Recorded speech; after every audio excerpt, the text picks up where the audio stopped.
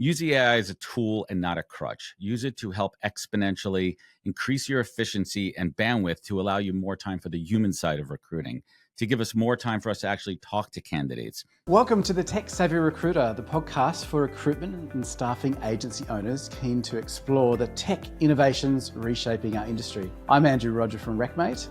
And I'm Belinda Kerr from Recruitment Garage, and together we're your hosts, bringing you a stellar lineup of recruitment tech and AI experts ready to help you understand and, more importantly, benefit from the increasing array of tech available to you today. Thrilled to have Adam Posner join us today. Adam is the founder and president of NHP Talent Group, host of top-ranked podcast, the Pozcast, and with over 1.7 million downloads and guests like Gary Vee and Grant Cardone, you might want to check it out. He is a sought-after speaker on talent acquisition, employer branding, and AI recruitment tech and operations. So Adam's the perfect guest for the Tech Savvy Recruiter, and we know that you are going to take away some real gems from Adam today. So thank you very much, Adam, for being here. Anything else that you'd like to share? I think you captured it all, Belinda. Andrew, thank you so much for having me on. I am thrilled to say hello to my friends down under. Australia is one of the top places on my list to visit. And it's so funny too. I'll just quick little teeny story here. My daughter celebrating her 13th birthday, and we decided, instead of having a big party with all of our friends and family, said pick anywhere on the map, any civilized, not war-torn country, and we will go there. Pick anywhere in the world you want to go to, because it'll be less expensive than this party that we're gonna have. And I was like begging, I'm like, please pick Australia, just please. And she picks Hawaii, which is great, not too far. I mean, it's closer to Hawaii's closer than New York over here to you guys. But I said to her, I was like, Nina, I was really hoping you'd pick Australia. She's like, Daddy, I'm not going there. You ever see the bugs and the spiders? She's like, there's a lot of things that could kill you there, and the kangaroos could beat the crap out of you. I'm like, well, I think we'd be okay. Do you guys have you guys, like, how do you guys deal with the wildlife, or you don't? We have big electric fences around all properties to keep out for the, real attack kangaroos. Yeah. We have kangaroos in our backyard running down the main street of Sydney, don't we, Rodger? We do. They're like wild dogs. There are a number of cars that have got these ultrasonic whistles on the front of them to deter them from running in front of them. We have that for deer, for deer and wildlife here. But it's really funny. I always laugh. I can understand when the Brits say it, because they got nothing to worry about in the UK. I don't even think they have spiders, do they? Nothing I don't can know. kill them, I don't think. They don't have much. Maybe. Yeah. But in America, you guys have big bears that can chase you down and kill you. You have rattlesnakes. You do on the dangerous wildlife. You're up there as well. I think I'm just more scared about those kangaroos. I mean, those roos look dangerous. Kangaroos won't hurt you unless you hit them in a car, which is very sad. So we digress here on the show. Yes, we do. All right. So let's be serious grown-ups. So Adam, first up, I would love to ask, so you've got a foot in a few camps, and I think you've got such a wonderful breadth of both, commercial and life experience. So what do you believe is going to be the next big challenge for recruitment founders?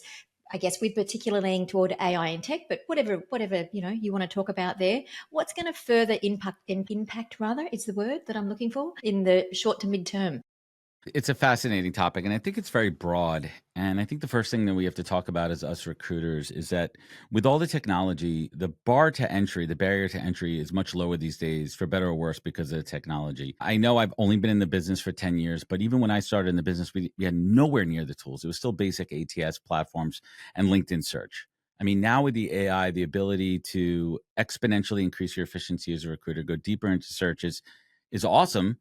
But you need to know how to use it. So a lot of folks who were early agency recruiters, or maybe they're working brand side of going out on their own, and they think they could be a recruiter like on their own because they have the tools, but what they're missing is the business development piece. And yes, some of the tools could help with business development, but you still need to have that core skill ability and have that killer instinct to go out and do it. So that's one of the negative effects we're seeing across AI. And the other thing right now, it's a gold rush as far as the technology that's coming out. I am lucky enough, because of my podcast, to have a front row seat to a lot of these industry events. And I get to kick the tires on a lot of platforms and try them out. And there's a lot of ubiquity across the board where they're all solving a very similar problem, but some of them do it well and some of them don't. So a lot of people are using good tools, some people are using not so good tools, but it's like anything else. If I give you the keys to a Ferrari and you don't know how to drive stick, you're not going anywhere. So we're at this really interesting inflection point in this gold rush where there's so many new companies and products, and some of them are coming from the tech bros with minimal recruiting experience, and the products aren't intuitive from a recruiter standpoint. Like they're cool tech, but they don't have the UI and UX that we're used to and do every single day. versus some of the other tools which have a great board of advisors and founders who are coming from the industry. And those are the ones that are really going to make really going to make a difference. When I look at the juice boxes of the world, the pins of the world, all the tools like MetaView that are really changing AI interviewing, those are the game changers. So as I like to say, and I'll distill it down to this, use the AI as a tool and not a crutch. Use it to help exponentially increase your efficiency and bandwidth to allow you more time for the human side of recruiting, to give us more time for us to actually talk to candidates. And I'll give a good example of that. A lot of tech candidates right now, they're actually very open to the initial AI interviews. So for two reasons. One, they could do it 24 hours a day. If I send a candidate a link, they don't have to do it between 9 and 5. They could do it at night. They could take their time on it, right? That's one side of it. Also, a lot of the questions that you're going to ask on the tech side are pretty standard questions that you're going to ask every single candidate. So let's just say there's 5 standard questions I'm going to ask about skill set and experience. And if you're able to answer on your own, and I have that information as a recruiter, I don't have to ask that again once I qualify you. I'm going to move on to that interview where I can really dig into understanding your motivations, understanding your reasons why, digging deeper into your experience. So that's how you use it the right way. Yeah, I think there's a lot in there, Adam. And interesting, I was having this exact same conversation with another partner in the industry, and we came to the same conclusion. Those that are building from within the industry for the industry are going to outstrip those that are coming from I'm not trying to, devalue the work that pure tech companies have, but they just don't have the insight. I mean, they see the opportunity in the staffing and recruitment space, and they think, oh, we can make this widget to do this thing. Okay. We've had a few here, haven't we, Andrew? We had Brian on who solved a calendar problem. I spoke to another girl in New Zealand the other day who's solving another cultural issue and they've usually been problems that they've faced as founders, and then they've kind of gone, how do I build something? And off they go. I can share this with my peers. Yeah. But John Burke's another one. Yeah, but you don't always, I don't always want to discount the founder's story, because sometimes those insights are coming from the job seeker. If it's a job seeking facing tool, I get that. But us recruiters, especially the ones who have experience using these larger, ATS platforms, and they understand how it works from the inside, especially for larger organizations. How would this work at scale when you have a 30-person recruitment team versus, 1 or 2 recruiters in there? Is it going to really help them? And how is it going to help them? Or is it actually going to be process paralysis where you're actually adding more work? And is that a point solution or is it an integrated solution, right? Do I have to layer this now onto my entire tech stack? And is it repeatable? All these problems. But generally speaking, I think this is great for the industry when used the right way.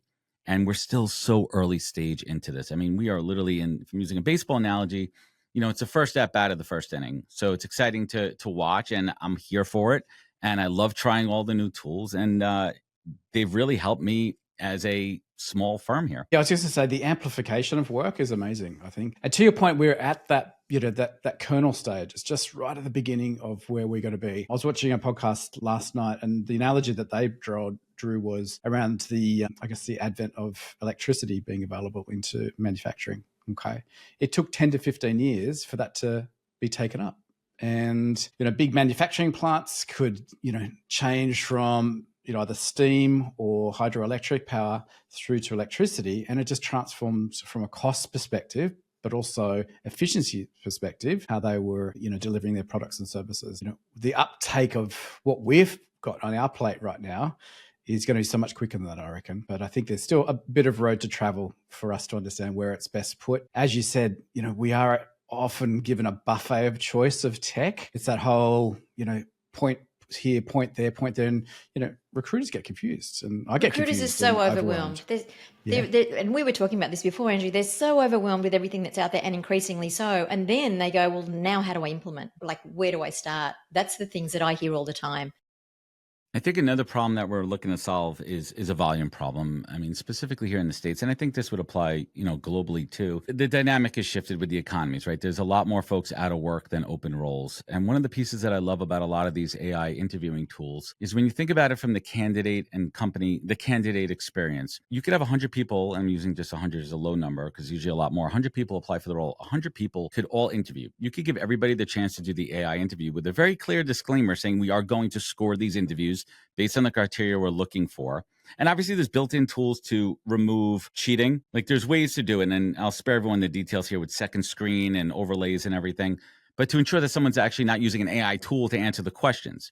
Now, what that's doing is giving everyone an experience with the company. They're engaging and they're getting a fair chance. Because a lot of times, we all know this as recruiters, it's a timing issue. You may apply to a role and they're already at the finish line with 2 final candidates. No matter how good you are, you're just not going to get the chance to be seen. It just is what it is. But when you give the folks these tools like the interview immediately, the AI interview, they'll be able to also self-assess and say, you know what, maybe I can't answer these questions because I'm not freaking qualified for it. Yeah, and it gives that 353rd person a chance to Fighting be chance. represented with your firm. And then that, as you said, could be the perfect candidate for the next job. And it's a touch point from a candidate engagement and employer branding piece too. Like that person had a good experience with your company. Hey, listen, I didn't get the job at XYZ company, but their process was great. I got a chance to do at least an AI interview, and unfortunately it wasn't right for me. And instead of them having a sour taste in their mouth that they got ghosted, even though I don't think ghosting applies if you apply and you don't. Ghosting to me, just for everyone out there, once you have an engagement with an actual human being, whether it be email or phone, and there's no reply on either side, that's ghosting. That's just my take on it. Because a million people apply, you can't answer to everybody, and especially with so much on your plate. Yeah, should we be giving ourselves that crutch that we can't do it now that the technology's there, Adam? I'll play devil's advocate. Yeah, it's a good question. Should we as recruiters be, if they're going to have the time and effort to put the application together, click the apply now button? We won't get into the robo applicants right now, but we can maybe cross that bridge later. Should we be doing the right thing and saying, hey, this person's spent some energy, we should be, giving back? Well, I have a spicy hot take on that. First and foremost, if you are a qualified applicant, and qualified I'm saying very loosely, if you fit the criteria, yeah, you should get a response back, even if it's a template, at least acknowledging that you applied. However, I've witnessed this firsthand because I've been in the trenches on the other side of an ATS platform where there's 1,000 applicants and 75% of them are 100% not qualified for the role. I'm not going to waste my time. You know what I mean? It's just like if you're not. If you can't be bothered, neither can I. No, if you're just going to robo apply, auto apply, and there's no way for us to tell if you're robo applying. I can't decipher if someone didn't read it and sent it or it's a robo apply. But generally speaking, if you're qualified and you put the time in, I think a very simple thank you for applying. Unfortunately, we're not moving forward in this process.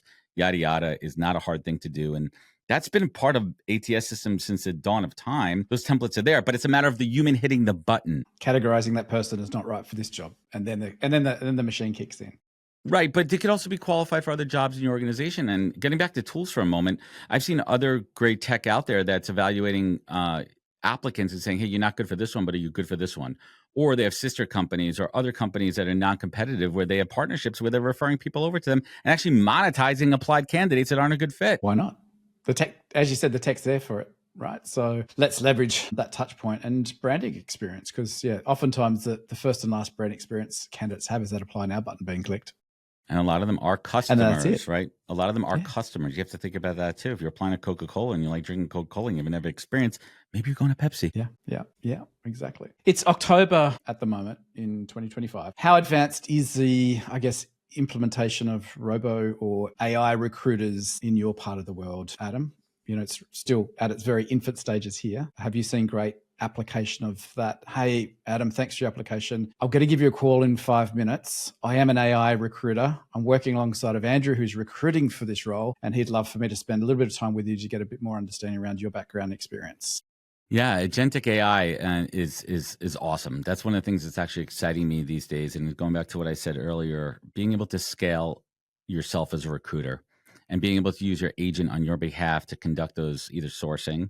One thing I'm not there yet as far as having blind outreach. Like if I put in criteria and even if I fine tune it, I'm not trusting the tech enough because my searches are pretty niche. And I'm also looking for certain things in profiles, resumes, LinkedIn backgrounds that are really specific. They may not be there. So I really don't want to go out with the full, ocean trawler versus going out with my, my harpoon and doing it myself. So there's a mix there. And I don't think we're dialed in yet. But if you're looking at lower level of high volume hiring, I think it's absolutely fantastic. And it could really help clear those pipelines and bring in new candidates. Absolutely. Again, we're in the early stages here and they're fine tuning it. Yeah. Do you know of any companies in your backyard that are doing it right now? I will refer some of those to you guys offline. Yes. Yeah. Okay. Interesting. Yeah. Well, that's good to hear because I still think there is that hesitation point, the trust and the implementation. I think to, Belinda's point earlier, we are overwhelmed as recruiters at the moment of how and what we should be utilizing. And then once we decide how and what we should be utilizing, it's that implementation gap, which is, I think MIT released a study just in June or July this year around 95% of AI projects fail because of the implementation. But that's since the dawn of time with any SaaS or any software product too. I've seen it all the time where they just, for whatever reason, the C-suite brings in and hires a company or product, and it's just the onboarding's not there and the implementation's not there, and that has to come from above. These are the tools we're using. Let's make sure we have it, and if you don't have it, let's get it. Yeah. Yeah, that change process, that what's in it for me is really important, isn't Yeah, it? it's change management 101. Get them tuned into benefits there. I guess speaking of developments, OpenAI's a recent one in the scheme of things that announced their jobs launch. I know it's not here yet. I think slated for early 2026. What are your thoughts on that move there? How's that going to affect us? I'm all for competition. And what I don't have clarity on, and maybe you do, I haven't seen the full answer yet. Is it job specific for at OpenAI? Is it job specific in AI? Or is it going to be all jobs in general? Because I think my understanding is all jobs in general. Yeah, I am all for it. I am all for it. But we need to put in those guardrails and safeguards against the AI bots and the auto applies, which I don't think is going to be the case here. I think it's going to be a kid in a candy shop scenario. Yeah. And it's going to be a bit of a free-for-all at first. I think they're going to want to also collect. They're using it the data informs the engine, right? That's how these LLMs work, right? The more data they get in, the more data they could put out and fine-tune the system for better or worse. And obviously, it's going to be early stage there, but it's going to it's completely disrupting the Monsters, the Indeeds, the LinkedIns of the world with the job boards, and I'm all here for it. Any competitive advantage for job seekers and companies where you're not beholden to the one monopoly of LinkedIn or Indeed. It's going to open it up. It's going to further democratize job search and hopefully create more opportunities for folks to get jobs. Well, it's interesting because they're almost hedging their bets because you've got Microsoft with a foot in both camps. A couple of camps, so yeah. Interesting. Smart. Yeah, and if we win over here and we lose over here, it doesn't really matter because we'll just win over there. But it's interesting, isn't it? I mean, so much is moving so quickly, and I think a lot of the predictions, if you look at what AI, even just OpenAI was saying in the beginning about where they'd be now. I mean, they've hit some stumbling blocks, and they've the money's not the money at the end of the month is not where they thought it would be. So let's see. I mean, these things, they never we're in new territory. It never goes exactly as you thought. And I read so much now about companies implementing AI, and actually it's taken the bottom line's taken a hit because people are just taking so much time to wrap their heads around it and implement it properly. And obviously it comes down to what people know and how they're being taught. But I always say this, I don't know how companies are keeping up, because you embed something and then the next minute there's an upgrade or there's another tool. Well, you don't just want to rip that one out and put another one in. I don't know the answer to that. Andrew seems much calmer about that one, but that worries me. And even with my own business, I think, well, hang on, if I get that, and then the next week there's going to be something else. Yeah, it's a dilemma of chasing the shiny object, and that's the problem. Yeah. But one quick thing I want to kind of get your thoughts on here. Imagine we had the technology as far as, the ability to capture, spread news and content and information when Henry Ford invented the assembly line, right? We didn't have that. So it took people weeks to find out what they were building and weeks to give their opinions and get it back and everything. Now it's instantaneous feedback and news in our world. We have it all day long. So you have to put it in the context of that too. And also, the innovation timeframe, the exponential timeframe in innovation, I forgot what the formula is called, but we're so much far advanced than we were, even 20 years ago, that things just change so quickly and you can't keep up with it. And you're right, there's a hindrance as well. Yeah, we have, I guess, with all technology platforms, been forced to make a choice, right? You need a new ATS or CRM. Okay, I'll do the investigation, I'll pick one, and then you kind of stuck with it for a period of time, right? And this new shiny thing will come through, and the price of change, that cost of change, it's not going to force me to change unless the cost of staying where I am is more than that, right? And that formula I don't think will change. Human nature, right? If I'm hungry, can I get up to go to the fridge? Well, I'm not really that hungry, so I'm not going to move. No, I mean, just from a sales go-to-market standpoint, there's one company I know of that's doing something pretty innovative. They're buying folks out of their contracts, kind of like the cell phone companies. Right, we're going to pay for the rest of you. Most ATS and platforms are usually on like 3-year deals. That's kind of like the go-to over there. You want to lock people into a 3-year deal, and some of them are coming on board saying, "That's fine. We're going to buy you out of that contract. Keep it. Wow. Keep ours running until that runs out, and then we'll start the clock." And I'm like, "That's you putting your money where your mouth is, right there." And I'm like, when I heard this, I'm Get like, that early adoption of. I'm like, now you're talking. Right? You're showing some interest. You want to do it. Like if a company says to me, "Hey, we love your product. We want to use it, but I can't use it for another 18 months. Like, all right, sign the contract now. We'll give you the product. We'll onboard you. I don't give a crap if you use the other product or not anymore. As long as you're using ours, you're giving it a try. And then it rolls on. Yeah. Yeah. Do you think contracts will be here in the future, Adam? I know venture capitalists, VC companies love a contract. They need that AAR, right? They need that recurring. They need the ARR. Yeah. Yes, they do need that. They're like pirates. They need the R. That's my. I'll use it for my Halloween joke coming up over here. That the kids won't understand it, but I'll get a good laugh out of it. You can't have unless it's a small company and it's a low cost ticket item. You can't have a month to month kind of subscription model. That doesn't necessarily work. Or if it's a single operator, you can. There's a lot of like products for content creation. Even in recruiting and sourcing, if you're a small shop, you could do a month to month. But then they give you a pretty hefty discount if you do a year. Yeah. And you're kind of like, why not? I'm going to use it for at least a a year. I'm not going to switch every month from one. I've spent so much time learning this product and using it, and now I got to switch to another one to save, 10, 15% a month. Come on. Yeah. It's not Unless the experience is completely woeful. These smaller founders that are often coming out of the ones that we were talking about before, that are coming out of the recruitment in the running agencies themselves, do you think that they're ultimately going to get stomped on, or is there still a place for the smaller tech guy as well? I think there's certainly a place. I think there's enough meat on the bone. Everyone just thinks enterprise level, but there's so many. I mean, look at the United States, how many small businesses there are. 20, 30 person companies need a small ATS and solutions provider. And that's one of the really cool things. I was just at RecFest US here in Nashville, and you have your big brands and companies, and you recognize them by name. And then they have this tent with the smaller startups. And I saw a couple of companies, one in particular, it's called JobGet. And I was like, you guys are taking on, and Perfect Hire, you guys are taking on, it's David versus Goliath right here. And I smiled because I love it, because they're hungry and they're innovating and they're shipping products out real quickly. And, they're vibe coding and just doing things. They're not, burdened with the heavy process paralysis of a large organization, large matrix organization. And you know what they said? They're like, everyone's going after these big whales. We could just pick off these smaller companies as clients, one by one, and build a very good, sustainable business. You don't always have to go for the top right away. Yeah, well, often the smaller ones are easier to deal with, aren't they? And they move faster and they can get things implemented more quickly. So there's a lot of logic in that one. Good on them.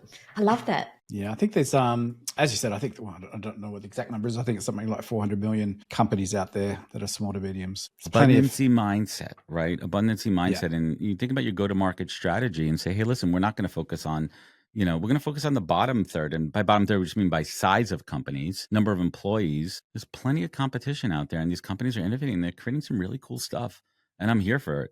I'm a big supporter of small business, and obviously, the bigger vendors and partners certainly pay the bills when it comes to sponsorship, and there's enterprise level, and then there's small, medium, mid-market. There's all different categories of business, and that's what's driving innovation right now, because there's place for everybody. Yeah, it's a complete gold rush. It's great. Yeah, and innovation competition drives innovation. Yeah. What do you think when the internet advertising kicked off for the newspapers, right? So exactly. Oh, that was a fun one. I mean, was that the death of the recruiter? I don't think so, right? I think it just broadened the opportunity. Well, that's what everyone's saying now. The saying is AI going to take, recruiters' jobs. And I think if you're a recruiter who doesn't use AI, you're going to lose your job. But with the caveat, there will always be a place for high-end executive niche search because of your network and your Rolodex. If I'm recruiting a very specific type of doctor, there's only a handful of them in the country, and I'm going to move them around to different positions, and I know them all by first name. There's a spot for that. But general business recruiting, if you're not keeping up with the tech and you're not using the tools and you're not a above average recruiter, you're done for. Yeah. You can't just rely on your spreadsheets and your Rolodex anymore. You really have to use the tools. No, I think a lot of recruiters are not, especially the smaller ones that I speak to, they're forgetting that the clients that they're recruiting for are going to be able to get their hands on these tools as well. So they're going to be that's the selling point. Tooled up. Well, that's a big selling point. A lot of these products too, because they're in-house teams, and that's always an interesting delineation point. When does a recruiter shift to just being an admin or a tech versus being the true skill set of a recruiter? And that really comes down to being curious, being inquisitive, and being able to ask the right questions and seeing somebody's an actual good fit for the company. Yeah, back to basics. Yeah, I think losing basics. I think our price that we charge customers will potentially change, and nobody really wants to talk about that right now. But I think it's an inevitable factor as supply and demand curve coincide. But see, isn't that interesting? It's an interesting thing when people go, I don't want to talk about it. Why? If I can drop my price by 50% and I can do 3 times more business faster, do I care? Yeah. And I was watching something the other day, and I was everyone's saying, it's the death of the legal firms because of AI, etc. Right? No, you're still going to have somebody in there to do the thing for you, and there won't be a robo legal person that I would trust. No, and my wife's an attorney, and we've talked about this. And here's the deal: I'm sure you guys saw that first case that came out with an attorney using ChatGPT to reference a case here in the States, and ChatGPT just generated a completely fictitious case, and the lawyer put it in front of the judge, and the judge is like, "That's not a real case," and the guy got disbarred. So I think for legal, I think there's a lot of areas that will help improve legal as far as the searches for past cases and precedents and everything, but it can't give you certain information because it's not trust and verify. You could trust it, but then you need to verify it. And I think with legal, that just takes it to a whole new level. Well, apparently, Same thing with medical. ChatGPT gets about 60% of its information from Reddit. So what does that tell you? It tells you it's all slop, as the kids are saying. Yeah, they haven't got the algorithm just right yet. So No. it'll come. I mean, I use ChatGPT as a recruiter, like the basic GPT. I use it for research. I use it for competitive research. I use it to streamline companies. I'll put in specific, hey, this is the client I'm working for. Give me all the competitors in this area. And then I'll work like Boolean searches from it. Like you have to keep asking it questions. But again, trust then verify. Yes. Big point. Let's mix it up a little bit. Now, you don't only just recruit. You run a massive podcast, Pozcast, in fact, and you've had some great guests on there, Gary Vee, Grant Cardone, etc. I love podcasts, and you're doing an amazing job there. So I'd love you to share a little bit about your journey around why you started it, maybe, and then how you're growing it. Because I know BK now. I'd love to get a few tips from you. Yeah, no, I appreciate that, and I do love talking about this because I'm not a guest obviously as much as I am a host, and I love having the opportunity to share the story. And it really starts from passion, and I think that's the difference with a lot of folks out there these days who think they need to start a podcast as a marketing channel, which is not right, because not everybody's meant to do a podcast. Not everyone's good at it. And it takes time to get good at it too, as an interviewer. But I don't think folks realize how much work goes into it. You guys do. It takes a lot of work to just to give you, and I'm not trying to humble brag here or anything, but in 7 years since I started this podcast, I have not missed a single Friday of putting a new episode out there. Now, does that mean I'm recording a new episode every week? No, but what it means is I have a queue. At the least, I have 7-8 episodes ahead. So if I'm not feeling great, for example, I just went through my health battle with cancer, which we'll talk about in a little bit, where I didn't record for 3 or 4 weeks at a time because I wasn't feeling it. Or maybe where I would normally record 1-2 episodes a week, I didn't record for a while because I wasn't just in the groove of it. And that enabled me to put a new show out every week because I was doing the production work on the back end and I built a team around it. But folks think they could do it on their own. And it takes work. It takes the research, the planning, the prep, the promotion, all those pieces that go into it. Always start with the passion. And if you want to do it, that's really kind of my story. I had an itch that I needed to scratch in 2019. And I was like, I have a bit of a gift for gab, as my friends like to say. And I was like, let me just give it a try. And I recorded a Zoom conversation with one of my connections on LinkedIn. And that was it. I literally hit record on a Zoom call. And that fast forward to where we are today, where built the show out. And for me, it's been an incredible relationship driver. And when we talk about business development, I would say about 30, 40 episodes in, it was like, after the first year, I was booking guests on the show who were decision makers of companies that I wanted to do business with. And then in the follow-up with them, I didn't pitch the business right away, but it was when the show aired, I would say, hey, Belinda, thank you so much for joining me on the show. By the way, you're an agency owner at an advertising agency. I see you have 4 roles open. 2 of them are for creative. By the way, I'm a recruiter in the space. Can I share a couple candidates with you? Could I talk to your head of it? Yeah, absolutely. Here's, Sarah's email. Reach out to her. And I was like, holy crap, the light bulb went off. And I started to mix in folks that I genuinely wanted to speak to, and then interesting business owners who I wanted to do business with. And it was my not so secret Trojan horse. And that built up over time. And I made sure that I stuck to my North Star with the show, which is interesting people with interesting stories. Because as a host, if you're not interested in the guest, it's not going to come through in the conversation. And your listeners are who are the most important. Always keep your listeners first. Because if your listeners aren't listening, you don't have a podcast. So I try to balance that too. And then even when I'm looking for, business folks to interview who I want to prospect, their stories still have to be interesting too. It's not just going to be purely selfish play for me to drive business. It's amazing, isn't it, where a passion project can lead, and I think sometimes in business we're trying to orchestrate and maneuver things. But if you just think about what you love to do and you bring in your tribe and your community around it, I put a post up the other day about community, and I think that's so important. And you get into these passion projects, you find your tribe, and it's a lot of fun, and the money comes flowing. I mean, Rodger and I really started this because we felt there was this huge gap between the founders and the tech, and just trying to help the founders understand a little bit more about, the tech founders understand a little bit more about really where the challenges are in recruitment, and the poor recruiters trying to get their heads around, pardon me, what's happening with tech. And it's been a really good conversation. I know I've learned a ton, so hopefully our listeners have as well. But it just came from, there's a gap here that we could just talk about this stuff. Well, 2 things you said there. One, I love that as a podcast host. I mean, I'm sure you guys could attest this. I've learned, this is my way of learning. I'm not a book smart reader. I learn through experiences, feel, and conversation. And I always say this, I'm approaching 500 episodes. I have curated a 500 episode version masterclass for myself. And that has helped me exponentially grow as a business leader, a business owner, a content creator. The other piece you said, Belinda, was the niches are in the riches, right? If you niche down on a podcast, those are the ones that do really well. My show does fine, but I'm a little broad stroke, but like the ones that do well, unless you are a celebrity that already has a built-in audience or an athlete that you already have a big following, like the Kelsey brothers here, the football players, or Kardashian, or you're maybe one of these like news shows out there where you're like these cool pop culture girls talking about, sex and relationships. The rest of us are in this middle space, and it's so funny too, because there's so many podcasts out there, but really like, it's so funny. I'm in the top 1% when it comes to downloads, but in that top 1%, I'm at the bottom of that 1%. And then you have like the Joe Rogans and the NPRs of the world. And, your Steve Bartlett's up there, because that's a disparity between how many people have started and failed a podcast that are still in that 8 zillion number of total podcasts. It's a consistency the average game. Something like 6 or 10 episodes is the average. Six is it? Yeah, I mean, I've had friends that try it. I'm like, all right, go for it. And then it's like, oh, I got 6 episodes out. I'm like, did you do it just so you could have podcaster to your resume? Like, and that's the one I hate too. Like, I'm a podcaster. I'm like, it's kind of cringe to say that, but I feel like I've earned it. Yeah, you totally are. You totally are. I mean, and that's like, as somebody, we're giving it a crack, aren't we, Andrew? But as somebody who's done incredibly well, like hats off to you. I've listened to quite a few of your podcasts, and anyone who's listening to this, jump on Adam's Pozcast, the Pozcast.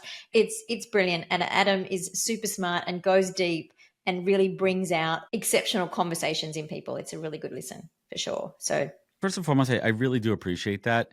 And the ethos is the conversation. And you guys said in the upfront before we hit record, you want it to be a conversation like this. My least favorite thing in the world, my biggest pet peeve, is when I come on a show and the guest is just rattling off like questions in a number order, and it's like clinical, and I'm like, there's no conversation here. I could develop an AI bot, and they're out there to do the same thing that we're doing here. I could develop an AI interviewer for podcasts. It's not going to be fun. I think Arnie's got a pretty good podcast. Have you heard it? Which one? It's him. It's a total Arnie Schwarzenegger. It's him. Is it AI?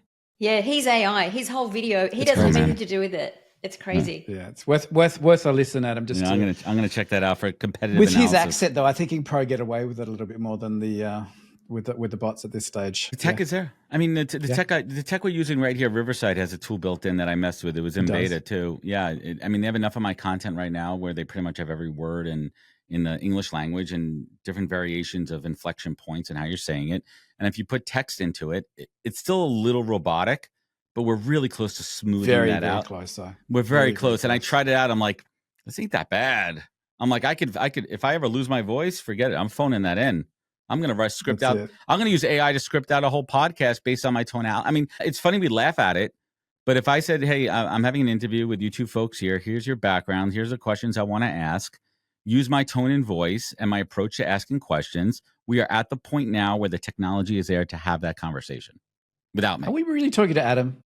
Or is this his AI doppelganger? Yeah, it's me. It's a new version of me. My eyebrows have grown back in 2 weeks, which has been incredible. A little side note there.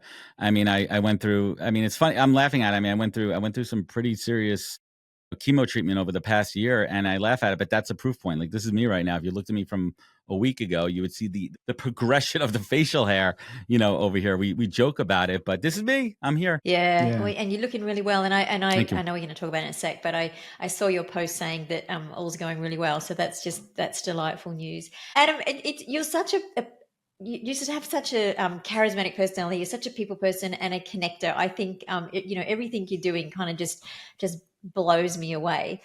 And I can see you're genuinely interested in others. And I think that, that really draws, as I said to you before we even hopped on, I was so excited about meeting you because I've been following you for a while and I can just see how much you care about what other people are doing. So as recruitment founders try to build meaningful relationships, I think often it feels a bit orchestrated to me. We gave a good example in the podcast of something that just kind of happened and it's sort of, really supported your business as well. When people are thinking about relationships in business and, trying to widen their audience, what would you say to them? Oh, it's such an interesting conversation too, because everyone's like, people over transactions, but at the end of the day, it is a business. And I think there's a fine art and a fine tune. I always kind of start with the value pendulum. The value pendulum is never equal. And I always try to give before I ask as much as possible. And I think that applies to all, levels in business. Because at the end of the day, I want something from you. You want something from me. How do we get there? But we're still people. So start with the people part first. Build a relationship, shared values, add value. And then you get to the business side of it. And not everything has to be also. I'm also a big believer in some things are just straight up transactional in certain regards to business. But as long as we're clear on that, and I'm not fronting that it's something else, and I'm not giving you a whole song and dance and then just pulling the rug over your eyes. Stick to who you are, do things the right way. And if you really stick to doing things the right way, things are going to work out okay. But once you start to, be slimy or kind of scammy, or people can smell that. And at the end of the day, it's your reputation. I mean, what's a reputation? It's what people say about you behind your back. And all of us as recruiters, we all back channel. We all talk about other people's businesses. We all talk about, candidates, and your reputation is everything. So as long as you treat your reputation like gold, don't break it for anybody, don't compromise it for anybody, and do things the right way, things are going to work out. That's kind of my ethos. I love and it shows. It comes through 100%. Yeah. And it only takes one bad move and you're screwed, right? And cancel culture that we live in right now. So in this day and age, you have to be so careful. I'd be careful on things I've said on a podcast. I mean, I got dinged for something a couple of years ago, and it took me some work to repair that relationship. Even though I didn't say any, it was just something that I didn't need to say, even though it was truthful. I was candid about something. I should have been more mindful about the audience. And I lesson learned, but it could have been pretty dangerous. None of us we'll blip a few things out of this session, don't worry. Yeah. No, that you could. I didn't say anything bad. The words come out before we speak sometimes, don't they? You can't. The sad thing is you can't. Story of my life, Belinda. Ask my wife. Yes. I hear you. Yeah, don't put her in contact with my wife, please. My wife doesn't listen. She's barely listened to any episodes, which is, I would say, you're not even my number one fan. I love you, babe, but you're not my number one fan. Your friend is. She listens to all of them. That gets me in trouble. So good. Yeah, I can imagine. It's true. It's funny because it's true. Yeah, no, it is a really important perspective to have around the power of the word, Adam, and where there's an audience there. But BK and I are pretty candid with what we say, and I don't think we've edited too much out except the ums and the ahs. Usually my bloopers. The bloopers when I can't get my tongue around my words or something like that. Yeah, we'll have a blooper reel for the end of the year, I reckon. God, it'll last us 3 years. Why not? People like that stuff. They do. Yeah, I love bloopers. Love a good. Shows you're human, right? Not the AI bot overlord. It was so funny. I was just I was in RecFest, and it was my first time back out on the road in like 7 months, and I was a little bit rusty. And my videographer, we were doing these intro takes where you're kind of saying, "Hey, welcome to RecFest," yada yada yada. And I was watching back, and it's just a raw footage. And I'm like, these are funny bloopers. I'm literally forgetting lines, and I'm not good at memorizing lines, so I need to have it up here. But the mouth and brain were not working that day, and it took me a few extra takes. And I decided to just kind of leave them in there a little bit. Like I'm laughing, you know what I mean? Because I think that shows more of the human side of like kind of who I am. And, I separate myself from a lot of the other content creators in this space because I don't edit. It's just raw and what you get. I don't read off teleprompters. Everything is off the cuff. And you need to find, that's another thing about podcasting too. You need to find the ways of differentiating yourself. And I think that works either by niching down and also how you guys operate and engage as hosts. What are your interactions like? What's the chemistry between that? And I find that too. I'm on another show. I do an HR morning show, which is a live show every Tuesday morning. I'm back on tomorrow, which is gonna be great. Or today, which is your day because you're Tuesday and I'm Monday right now. What's that show, Adam? So we can flag that one. It's called the HR Morning Show on the Purple Morning Acorn Show. Network. So it'll be broadcast streaming live from my LinkedIn page tomorrow morning. You go to Purple Acorn. It'll be streaming over there. And the point I'm trying to get at is there's 3 other co-hosts with me, 2 or 3 at a time. So you have to change your whole dynamic. So if I'm using a sports analogy, I move from just being the solo host to now where I'm kind of being the play-by-play guy, and you have other folks doing the commentary. So now I'm moving to kind of directing folks and giving them the space to talk where I'll set it up, but also I'll take a step back so they could share their perspective and thoughts. Amazing. It's a big game. Different sport altogether. It's fun though. It keeps you sharp. Speaking of RecTech, how was that? Did you see any amazing new stuff that you hadn't seen before whilst you were there? I was saying it's a lot of the same stuff, just skinned differently, right? It's just, they're talking about the tech. And I think the part that excited me again was the smaller products that are out there. And also the how a lot of the point solutions are integrating into the full end-to-end spectrum solutions that are out there. Because I think a lot of companies are looking for that. They're like, why should I have a multi-point tech stack with different vendors versus having everything the same? So we are going to see a lot of consolidation. I think that leads to also, there's a lot of products and brands out there with the sole intention of being acquired, which isn't necessarily wrong. It just depends on your strategy, right? They're building a cool tech. They're tech bros. They know what they're doing, and good for them. Like you said, it's an open market. Good on them. Good on them. Yeah, exactly. And I think that perspective drives innovation and change and all that kind of good stuff, which ultimately should positively impact on how we recruit. So when you think about, sadly, so many tech startups just don't make it. There's a lot that are going to fall by the wayside, and I think we're starting to see that now, but that's only going to continue. So if you can build something and sell it before you get swallowed up by something else, why not?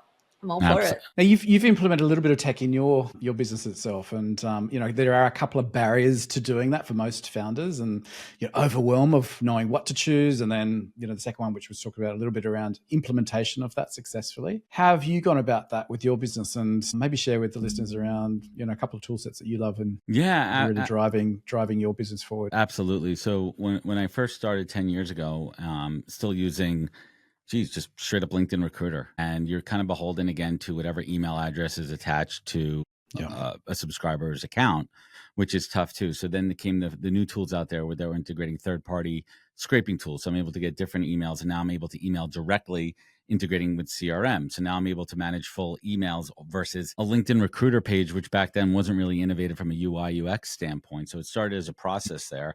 And the first one I messed with was with a product called Interseller, which was acquired by Greenhouse, an incredible founder, Stephen Liu, who is now onto a new product called Pin.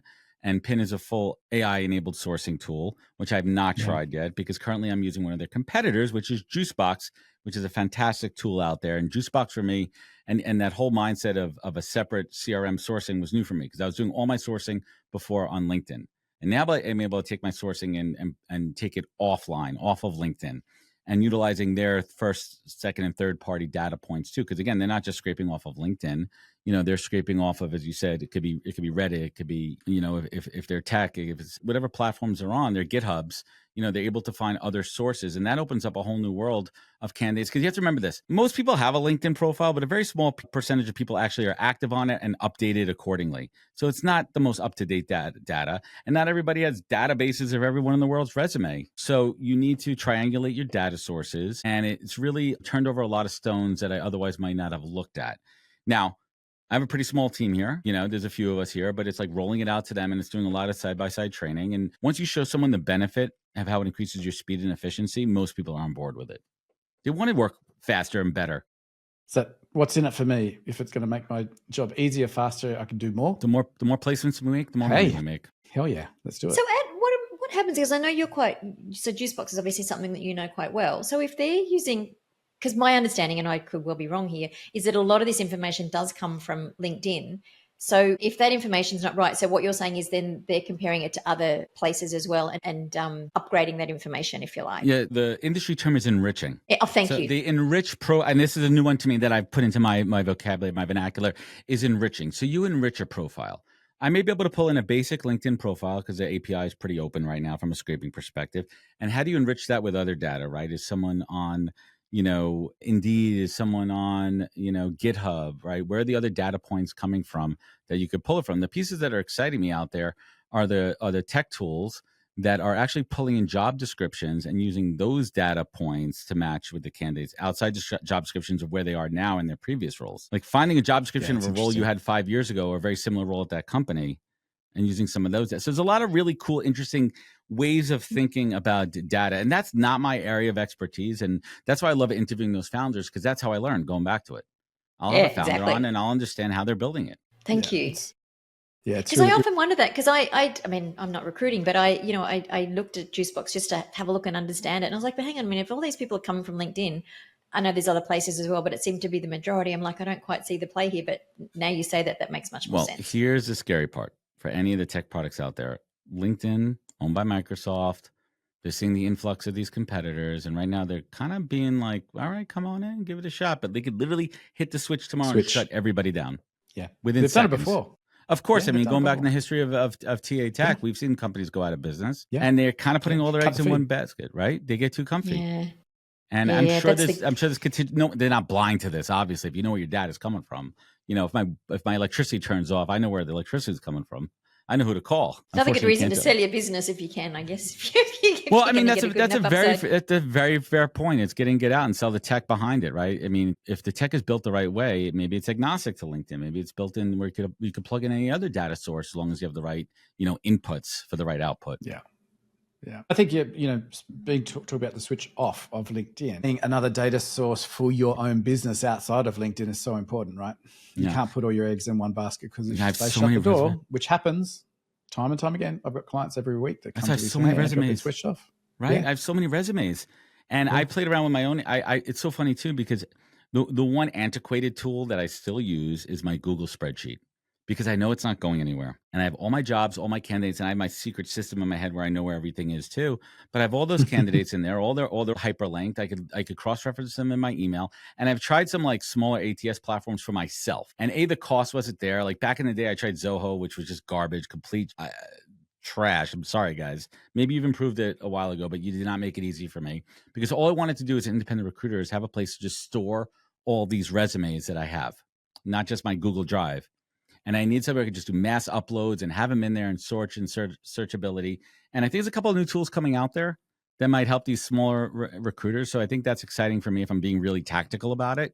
Like that would be helpful. You know, that would be helpful. I mean, I've got a pretty firm opinion that the core ATS days are numbered. I think with the advent of AI, you'll have an interface and it will tap into your conversations that you got on Teams or Google Meet. It'll tap into your public sources that you've got access to, such as LinkedIn's of the world. It will then tap into your own Google Drive, etc., and then have a beautiful mishmash of data sets in there that have got some wonderful capabilities to do outreach, updating, enrichment, as you said before, and then, self-serving, Yeah, the future's bride is wide open. It's exciting. Clean, accessible data, accurate, clean, accessible data is, if I had $1 for every client that comes to me and their database is just a mess, it's outdated and it's their biggest asset, being able to connect with the right people at the right time and know that data's correct is gold, but it just doesn't seem, it's not nirvana yet. Data hygiene. And it starts, sorry, candidates, there's a public service announcement out there. Do not name your resume my resume. Do not name your I've got a few of those on the database. I can't even tell you, it's my biggest pet peeve, and I think I've been guilty of it at one point in my career. Just put first last name. That's all you got to do, candidates. It makes our job easier. Because I still manually, when I get one of those resumes, the first thing I do, because I was taught this, is I just rename it. It takes me 1.3 seconds. But if candidates do this, it would be really helpful to the process. Yeah. I think, guys, we talk a lot, and rightly so, in AI and tech around what's going to make the recruitment process enhance that in whatever way. But what about back office stuff that's more just small business tools? I've been playing with some cool things. It can be anything from like cleaning your email box to, make and Zapier, like playing around with those sorts of things to do different automations in your business. Are you getting sort of doing much on that side, Adam? I'm so focused on the recruiting tools right now that I'm inbox zero. And I take a lot of pride in Inbox Zero, and I use it to the point of how I set up my day and how I structure it, how I label things in my inbox. And one of the big things that I do from a process standpoint, I carve out 9 to 10 a.m. every single day. There's no meetings during that time, and I use that time to catch up on the day before. And one of the things that I do overnight, because you can look at something on your phone and then it marks as read, but what I do is I go back to the last email I responded to, and I uncheck them all and saying unread. And then I go back and I use that as my to-do list from that 9 to 10 hour. And it sounds so manual, but for me, that keeps me locked in. It keeps me focused, and that's a routine. And I'm able to kind of stay in that. It's not analog because I'm still utilizing categorizations and technique there, but it allows me more time with the AI tools for recruiting where I'm able to do that where I feel comfortable, that I'm responding to clients and I'm responding to candidates and I'm not missing anything. I don't love so many of the automation tools because I feel like I'm missing something. And maybe it's a control thing. Maybe it's a control thing. And here's the thing too. I don't necessarily need them. I think a lot of people are using tools out there that they may not need. It may not be solving a problem that you actually have. You don't need every tool. And we all have friends like that are first adopters that are trying everything. I'm like, dude, what the hell do you need that for? What problem is that solving? Isn't it? It's a distraction. Right? It's a distraction. It's more. It's more tools. You put. Well, listen. Let's face it. We're dopamine junkies, aren't we? So those that are more prone to that, I've got this shiny new thing. It does so many cool things. Inbox is zero now because of my XYZ product. Yes. Yeah. No, I don't need auto responding for everything. It's also not human, and you just have to think of it that way. Like, what do I want to control and what do I want to audit? What do I want to mean? Everyone has their thresholds, and everyone also has their. It's gonna be different for each. Their different temperature for tech adoption. That's what it's all about. Fair enough. So, Adam, I know you haven't been well. Like you are a cancer survivor, and you've been in a very, I guess, genteel way, very public about what's going on, and sharing what you feel your journey might offer others. And I'd love to hear how you've managed through that time. You've obviously got a lot going on in your life. You've got a young family. As I said, before, it's great to see that you are doing so well now. But I do see, well, not a lot, but from time to time, I sort of see an increasing amount of particularly young people who are facing health challenges. They're trying to run a business, run small families. It's a hell of a bloody lot, really. And I think until you've walked those shoes, none of us can pretend to understand. We can be empathetic, and I'm sure you'd probably say the same before you got unwell. So just love to hear a little bit about your journey and what you feel is interesting to share. Yeah, that you're happy to. I'm happy to. And first and foremost, I made everyone's decision on how much and where and what they want to share is completely their decision. And I learned early on that you have to control your narrative. And that starts with who you want to share your initial story to, friends and family, how much you want to share. Because I found that everybody, while they genuinely care, 99% of people genuinely care, but everyone has an opinion. And most of them are rooted in good intention. The problem is when you put yourself out there publicly early on, you're just going to have so many people that are just going to give their 2 cents. So I really wanted to narrow that piece from a communication standpoint. So I made the choice to not share my story publicly on social media until I knew I was done with treatment and in the clear. That was important to me because I also was able to set the parameters of no one's going to come to me and say you should have done this, you should have done that, because I'm in remission right now. You're done. I don't. I mean, I go back to early on. There was folks that were telling me all these like alternative treatments. I'm like, you're telling me this alternative treatment before you even asked me what type of cancer I had. That's just a self-centered, even though you're not trying malicious or you're trying to help me, but you're not helping me. You're actually taking time away from me and the energy I need for other things. And when I talk about energy, this is the biggest thing that I wasn't prepared for. I mean, I knew in my head I was going to be tired. I knew in my head, I didn't know what I was about. You don't know what you don't know. So I didn't know how treatment was going to affect me. And the biggest thing, the way it affected me, was energy level and fatigue. And I never really knew what that word fatigue meant. Fatigue is not just being tired. It's hitting a wall. And it's not just like, oh, I had a rough night out at the bar. No. It's the best example is in the middle of treatment, every morning, even if I had a good night of sleep, my battery would maybe be 65, 70% charged. It could never fully charge. I was never fully charged. And by 2:00 every day, no matter what, whatever cycle I was in treatment, and a few days after treatment were usually the worst days once things started to kick in and the steroids would wear off, I would hit a wall around 2:00 every day and I would stop working.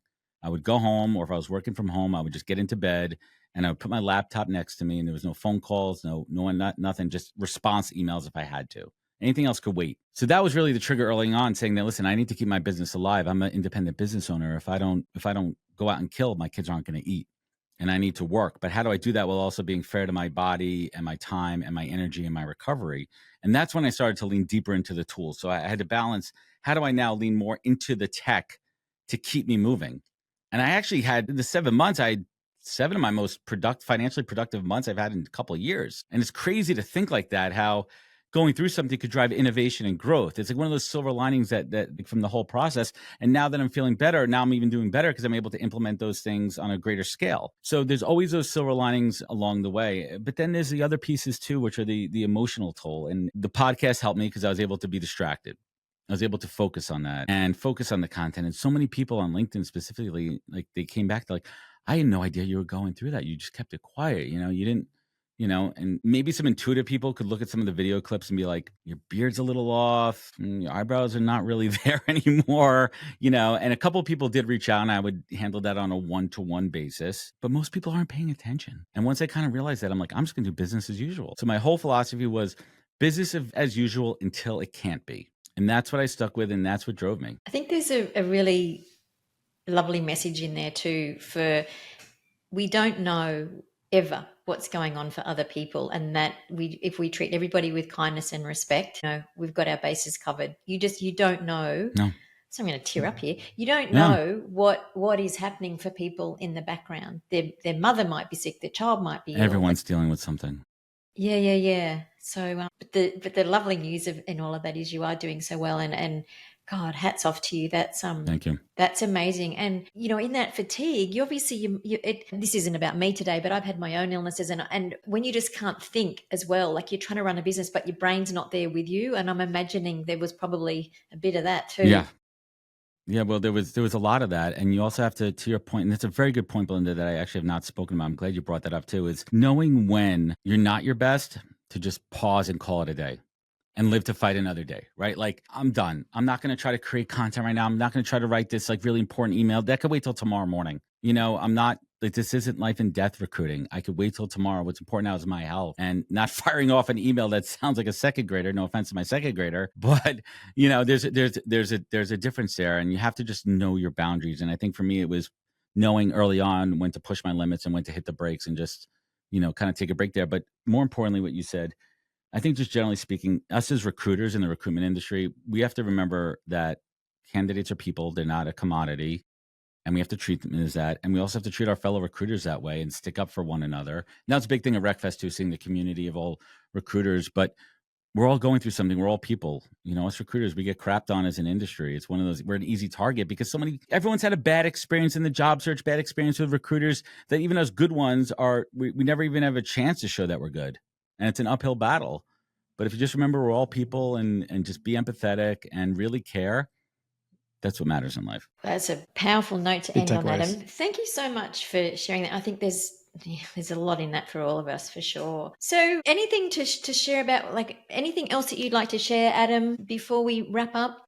No, first and foremost, I really appreciate coming on these shows. I love getting exposed to new audiences, and I am very optimistic that within the next, I'm going to call it 18 to 24 months, that I will be making a trip down under to Australia, that there will be an event and a sponsor that wants to bring the Pozcast down there. I would love nothing more than to come down and explore your beautiful country and get into some fights with some roos and get my butt kicked. Maybe start with the Joeys, right? The babies. I think I could handle. Yeah, go small. One of those small ones over there. But I think that these shows are really important to spread the word and really just build a community of talent acquisition professionals and spread the good word of the good work that good folks do. And I think that's what's important. So thank you so much for having me on. I appreciate you guys and your audience for tuning in. You're welcome. So you make sure you let us know so that we can spread the word and get more people there for you around it as well.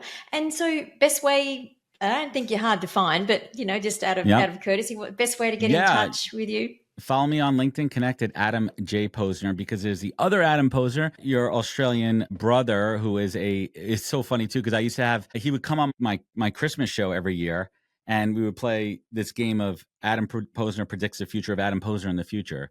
And we've been doing this. We've been doing this shtick for years, and he's great. And you should connect with him. He's awesome. Find me on LinkedIn, Adam J. Posner. You can go to the Pozcast at the Pozcast that's with a Z. And if you want to check out the recruiting stuff, it's NHP Talent Group.com. And everyone out there, these are my daughter's initials. I named the company after her when I started. So there's my nod. Beautiful. The North Star is always behind me. Postcard. And the other one was the HR NHP Talent Group.com. Nina. Yeah, and the other podcast that you're on, HR something. It's the HR Morning Show, and that's part of the Purple Acorn Network. It's every Tuesday at 10 a.m. Eastern Time. You could find us streaming on LinkedIn, YouTube, and we'll put that in as well. Twitch, Twitter, whatever they're calling it these days. Yes. We'll whack that in as well. Yep. Such an awesome conversation. You're such an inspiration, my man. Thank you. And such a pleasure. I've been wanting to meet you for so long, and I'm so grateful that you came on our show. Yeah. So wishing you all the best with Thank you. Business, life, family, Christmas. Hope Santa's good to you. Get plenty of presents. We'll be enjoying it. Thank you guys so much for having me on. Thanks, Adam. Thanks for joining us for today's episode of The Tech Savvy Recruiter. If you'd like to stay up to date with the latest recruitment trends and insights, make sure that you remember to subscribe so you don't miss an episode. Also, if you'd like to speak to Andrew about turning your tech stack into your secret weapon, or myself around creating an agency that delivers you more money, more meaning, and more freedom, we'd absolutely love to chat. Reach out to us on LinkedIn, and we look forward to seeing you next time. Thank you for your support.